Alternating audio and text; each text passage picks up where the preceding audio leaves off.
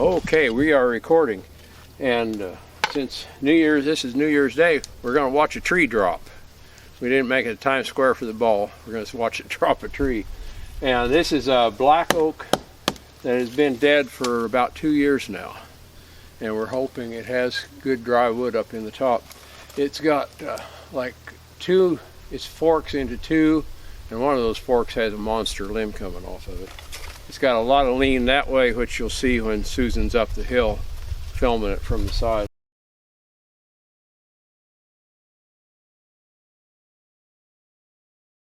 And you can see you can hear that it's hollow down low. So we don't want to get too deep. When you go deep on a hollow tree, you get into rot, and then you don't have much hinge. So this is a 23-inch tree. We need about an 18-inch hinge.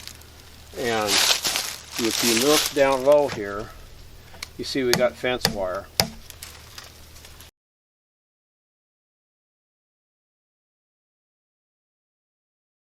And I don't know if there's fence wire in the tree, but it's a safe assumption. It's a good assumption to say there is.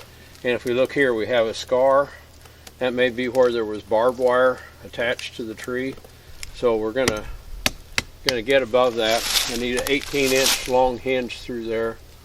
And the thickness of the hinge, you could go up to about 2 inches. You don't need to be quite that thick. We're not going to be wedging against it. And after I make my face to aim it, I'm going to bore it and try to get my hinge about 1.5 inches thick. Now we're going to listen. It gets better as you go up, so we should have some pretty good wood up here. And we're going to, let's see, 18 inches. We need a hinge that long in there. So we can put that hinge in. We don't have to go very deep. We can run a hinge through right here and get about 18. Okay, let's walk out here, Susan, and look back at this tree so they can see the top on it. Now this tree, you see, has like two tops and a big limb on it. And you can see from here it has a lot of side lean. And with a leaner like that, what I like to do is come around until I get that tree vertical in relation to my aiming spot. So if I come right here, if I aim it right here, that pretty well eliminates the side lean, and that'll let the hinge hang on while I'm dropping it. So let me see, what have we got here? Bring that chunk of wood over here, Susan, please. I'm going to aim in the general direction of that. Okay, I don't know if that'll stab in the ground or not. Yeah, it does. There we go. You're gonna have to trim all that real loud. Yeah, we're gonna aim at that chip, that wood right there, and that gets that tree pretty well vertical. So, anyway, so we'll be doing the face cut to aim it, a matching cut on that to make the face, going to bore it, shooting for about 1.5 inch thick hinge. And I'll cut out the back, and because of that limb coming out there, I think when this hits, it's going to break the hinge and make the tree do that. I think that's what it's going to do. So I'm going to be going stage right.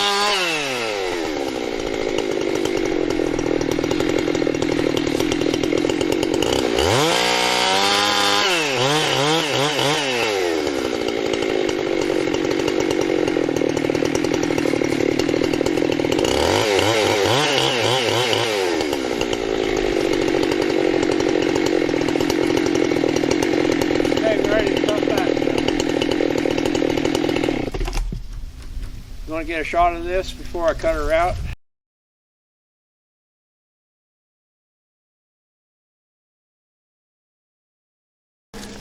Okay, you can see I've got about 2 inches there, about 1.5 inches on the other side. That's real good.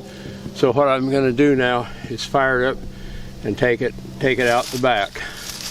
And I got a little deep on this, but it's only about 1/4 inch. You know, if you're within 1/2 inch, you're good, and it's right there on the end. So, but I'm not going to bother cleaning that up. It's only about 1/4 inch. So I'm going to fire it up and just start cutting and go right out the back. And I'm working from the other side, because if I work over here, I have to reach up over my head. This is on a slope here, so I'm going to work from the other side. When I cut out the back, I'm going to go that way. Okay, get up in the clear, Susan. Okay. Okay, you ready?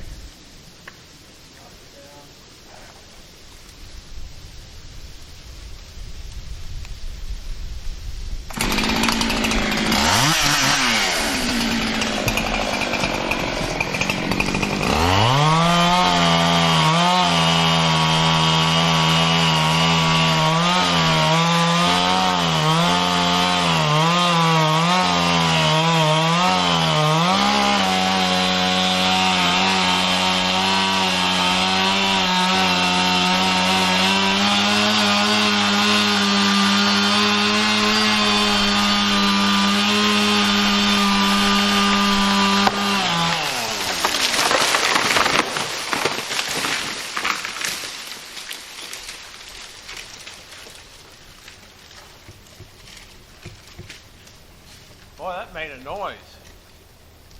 That was grand.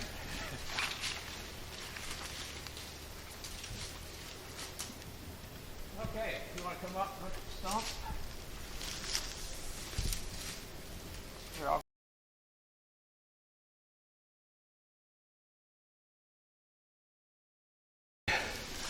where we bored through. Of course, we made our aiming cut here. Made our aiming cut here first. Put this in to match it. Got just a tiny bit deep, but not bad. And got about a little over 1 inch here, maybe a little 2 inches or a little more there. And then we just cut out the back.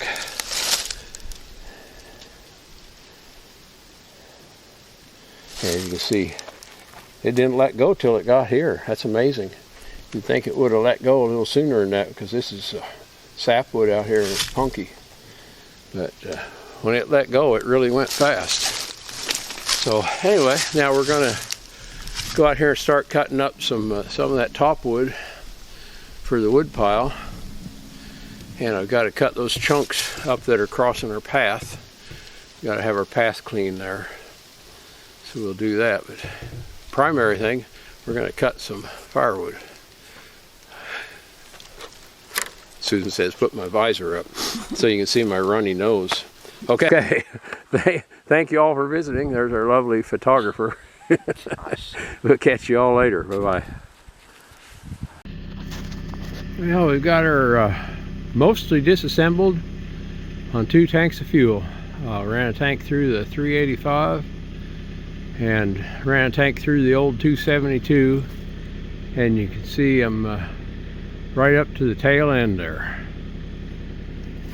And got a nice pile of wood. I was feeling the wood there. Golly, it's dry way down in that tree.